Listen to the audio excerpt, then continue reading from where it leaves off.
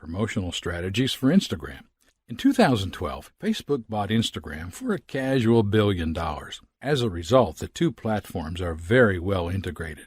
As such, you can post Instagram photos and videos directly to Facebook and vice versa. You should make it a point to have both platforms and use them to promote one another for optimal traffic and conversions. A lot of businesses just use Instagram as a kind of company portfolio in tandem with a Facebook account. Personally, I don't have much experience with this, so I can't speak to the effect if it works as well. You can be the judge of that yourself. Promote your competitors. Social media is all about community. Businesses schooled in traditional marketing shy away from promoting their competition out of fear of losing sales. I mean, this makes sense when you're trying to lure a handful of people into a brick-and-mortar store. But there are billions of people on the Internet. The customers you will gain far outweigh those which might spend money with your competitor. We're talking about an evergreen pool of ever-expanding leads that are all around the world on the Internet. Build your community around an actionable hashtag.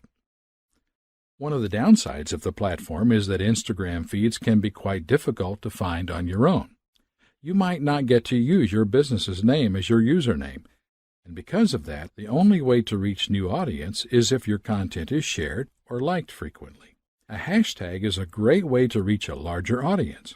Your hashtag will be displayed for people searching for similar content, and because of that, it allows more and more people to discover your content and brand. Businesses post hashtags around upcoming events and things they will know attract a lot of attention. Do some research on popular hashtags for your niche or market. As an example, these 4 hashtags are likely to attract the attention of people looking to eat in Austin, Texas. This is a clever use of hashtags to draw in an audience which wouldn't have otherwise found the account. On the other hand, hashtags need to be in good taste and relevant to not just the subject matter of your content, but your brand as well. You might think that more hashtags translates to more traffic, but if people find their way to your feed through an irrelevant hashtag, they will quickly leave and never return.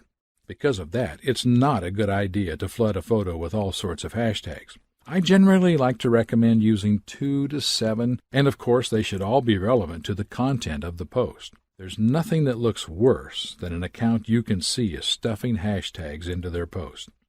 It detracts from the message and the text as the caption. Try to avoid using this kind of practice at all costs.